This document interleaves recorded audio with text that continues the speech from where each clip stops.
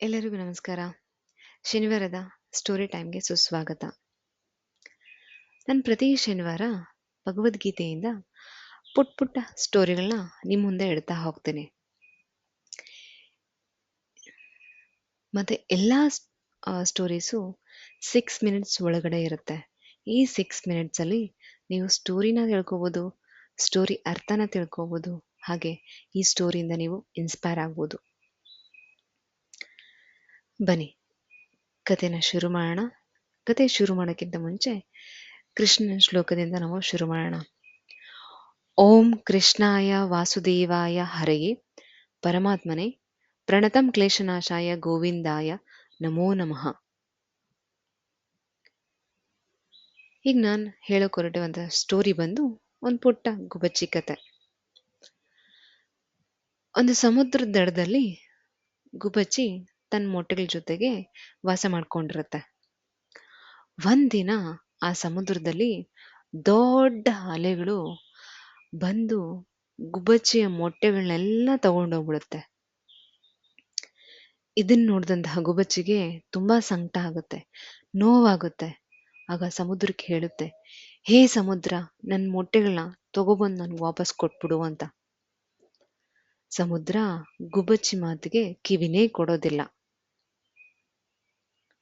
ಆಗ ಗುಬ್ಬಚ್ಚಿ ಹೇಳುತ್ತಂತೆ, ಹೇ ಸಮುದ್ರ, ನೀನು ನನ್ನ ಮೊಟ್ಟೆಗಳನ್ನ ತಗೊಂಬಂದು ವಾಪಸ್ ಕೊಡ್ಲಿಲ್ಲ ಅಂದ್ರೆ ನಿನ್ನ ಇಡೀ ಸಮುದ್ರನ ಖಾಲಿ ಮಾಡ್ಬಿಡ್ತೀನಿ ಅಂತ ಶಬ್ದ ಮಾಡುತ್ತಂತೆ. ಈ ಮಾತಿಗೂ ಸಮುದ್ರ ಕಿವಿನೇ ಕೊಡೋದಿಲ್ವಂತೆ. ಆಗ ಗುಬ್ಬಚ್ಚಿ ತನ್ನ ಕೆಲಸ ಅದು ಶುರು ಮಾಡ್ಕೊಳ್ಳೋದಂತೆ. ತನ್ನ ಪುಟ್ಟ ಕೊಕ್ಕೆಯಿಂದ ಸ್ವಲ್ಪ ಸ್ವಲ್ಪ ನೀರೇ ತೆಗೆದಾಕೋದಕ್ಕೆ ಶುರು ಮಾಡುತ್ತಂತೆ. ಹಾಗೆ ನಿರಂತರವಾಗಿ ಮಾಡ್ಕೊಳ್ತಾ ಹೋಗ್ತಾನೇ ಇರುತ್ತಂತೆ. ಈ ಗುಬ್ಬಚ್ಚಿ ಕತೆ ಇಡೀ ಊರಿಗೆ ಹಬ್ಬುತ್ತಂತೆ. ಆಗ ಊರಿನವರೆಲ್ಲ ಈ ಗುಬ್ಬಚ್ಚಿ ಮಾಡೋದನ್ನ ನೋಡಿ ನಗ್ತಾರಂತೆ. ಗುಬ್ಬಚ್ಚಿ ಆದ್ರೂ ತಲೆ ಕೆಡ್ಸ್ಕೊಳ್ದಿರ ತನ್ನ ಕೆಲಸ ತನ್ನ ಪಾಡ್ ಮಾಡ್ಕೊಂಡು ಹೋಗ್ತಾನೇ ಇರುತ್ತಂತೆ. ಒಂದಿನ ಗುಬ್ಬಚ್ಚಿ ಕತೆ ಶ್ರೀ ವಿಷ್ಣುವಿನ ಬೃಹದಾಕಾರದ ವಾಹನನಾದ ಗರುಡನಿಗೆ ತಿಳಿಯುತ್ತಂತೆ. ಆಗ ಗರುಡ ದೇವರಿಗೆ ತುಂಬಾ ಸಂಕಟ ಆಗುತ್ತಂತೆ ತನ್ನ ಪುಟ್ಟ ಸೋದರಿ ಗುಬ್ಬಚ್ಚಿ ಕತೆ ಕೇಳಿ. ಆಗ ಗರುಡ ದೇವರು ಗುಬ್ಬಚ್ಚಿ ನೋಡಕ್ಕೆ ಅಂತ ಬರ್ತಾರಂತೆ. ಆಗ ಗುಬ್ಬಚ್ಚಿ ತನ್ನ ಕೆಲಸ ಮಾಡ್ಕೊಂಡು ಹೋಗ್ತಾ ಇರೋದ್ ನೋಡಿ ತುಂಬಾ ಖುಷಿ ಆಗುತ್ತಂತೆ. ಆಗ ಗುಬ್ಬಚ್ಚಿ ದೇವರು ಗರುಡ ದೇವರು ಗುಬ್ಬಚ್ಚಿ ಹತ್ರ ಬರುತ್ತಂತೆ. ಗುಬ್ಬಚ್ಚಿ ಹತ್ರ ಬಂದು ನಿನ್ ಕೆಲ್ಸಕ್ಕೆ ನಾನ್ ಸಾಥ್ ಕೊಡ್ತೀನಿ ಅಂತ ಮಾತು ಕೊಡುತ್ತಂತೆ. ಆಗ ಗರುಡ ದೇವರು ಸಮುದ್ರಕ್ಕೆ ಹೇಳುತ್ತಂತೆ, ನೀನ್ ಈ ಗುಬ್ಬಚ್ಚಿ ಮೊಟ್ಟೆಗಳನ್ನ ತಗೊಂಬಂದು ವಾಪಸ್ ಕೊಡ್ಲಿಲ್ಲ ಅಂದ್ರೆ ಗುಬ್ಬಚ್ಚಿ ಮಾಡ್ಬೇಕಾರದ ಕೆಲಸ ನಾನ್ ಮಾಡ್ತೀನಿ ಅಂತ ಎಚ್ಚರಿಕೆ ಕೊಡುತ್ತಂತೆ. ಇದನ್ ಕೇಳಿದ ಸಮುದ್ರ ದಿಢೀರ್ನೆ ಬಂದು ಗುಬ್ಬಚ್ಚಿ ಮೊಟ್ಟೆಗಳನ್ನ ಗುಬ್ಬಚ್ಚಿಗೆ ವಾಪಸ್ ಕೊಟ್ಬಿಡುತ್ತಂತೆ. ಆಗ ಗುಬ್ಬಚ್ಚಿಗೆ ತುಂಬಾ ಸಂತೋಷ ಆಗುತ್ತಂತೆ. ನೋಡಿ ಎಷ್ಟು ಚೆನ್ನಾಗಿದೆಯಲ್ಲ ಈ ಕತೆ. ನಾವು ಕೆಲವೊಂದು ಬಾರಿ ದೊಡ್ಡ ದೊಡ್ಡ ಕಷ್ಟ ಬಂದ್ರೆ ಹೆದರ್ಕೊಂತೀವಿ, ಅದನ್ನ ಫೇಸ್ ಮಾಡೋದಿಲ್ಲ. ಯಾವಾಗ ನಾವು ಫೇಸ್ ಮಾಡ್ತೀವೋ ಆಗ್ಲೇ ನಮ್ಮ ಒಳಗಡೆ ಇರುವಂತ ಶಕ್ತಿ ನಮ್ಗೆ ಗೊತ್ತಾಗುತ್ತೆ. ಈ ಗುಬ್ಬಚ್ಚಿ ನೋಡಿ, ಅದು ದೊಡ್ಡ ಸಮುದ್ರ ಅಂತ ಹೆದರ್ಕೊಂಡು ಕೂತ್ಕೊಂಡಿದ್ರೆ ಅದು ತನ್ನ ಕೆಲಸ ಮಾಡ್ಕೊಳಕ್ ಆಗ್ತಿರ್ಲಿಲ್ಲ. ಅದು ಅದು ಯಾವುದಕ್ಕೂ ಹೆದರ್ಕೊಂಡಿಲ್ಲ, ಆ ಸಮುದ್ರದ ಬಗ್ಗೆ ಯೋಚನೆ ಮಾಡಿಲ್ಲ, ತನ್ನ ಜವಾಬ್ದಾರಿನೂ ಅದು ಮಾಡ್ಕೊಳ್ತಾ ಹೋಗ್ತು.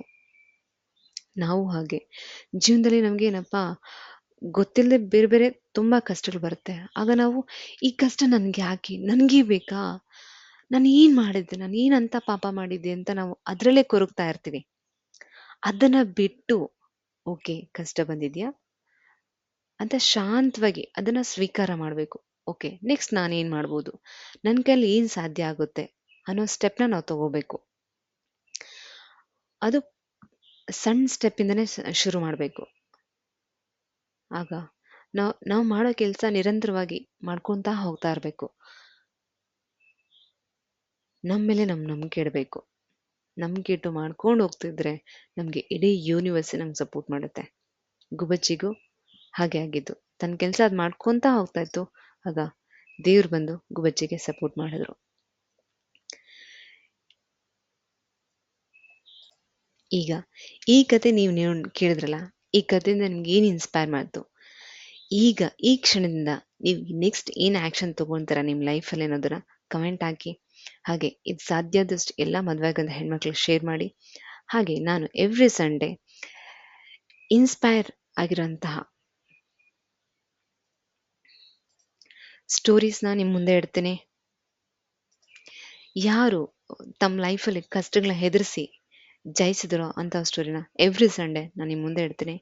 ಈ ವಿಡಿಯೋ ನೋಡಿದಂಥ ಎಲ್ಲರಿಗೂ ನನ್ನ ಹೃದಯ ತುಂಬ ಧನ್ಯವಾದಗಳು. ಹಾಗೆ ಹೀಗೆ ಫಾಲೋ ಮಾಡ್ತಾ ಇರಿ ನಮ್ಮ ಚಾನಲ್ನ, ಸಬ್ಸ್ಕ್ರೈಬ್ ಮಾಡಿ. Thank you so much.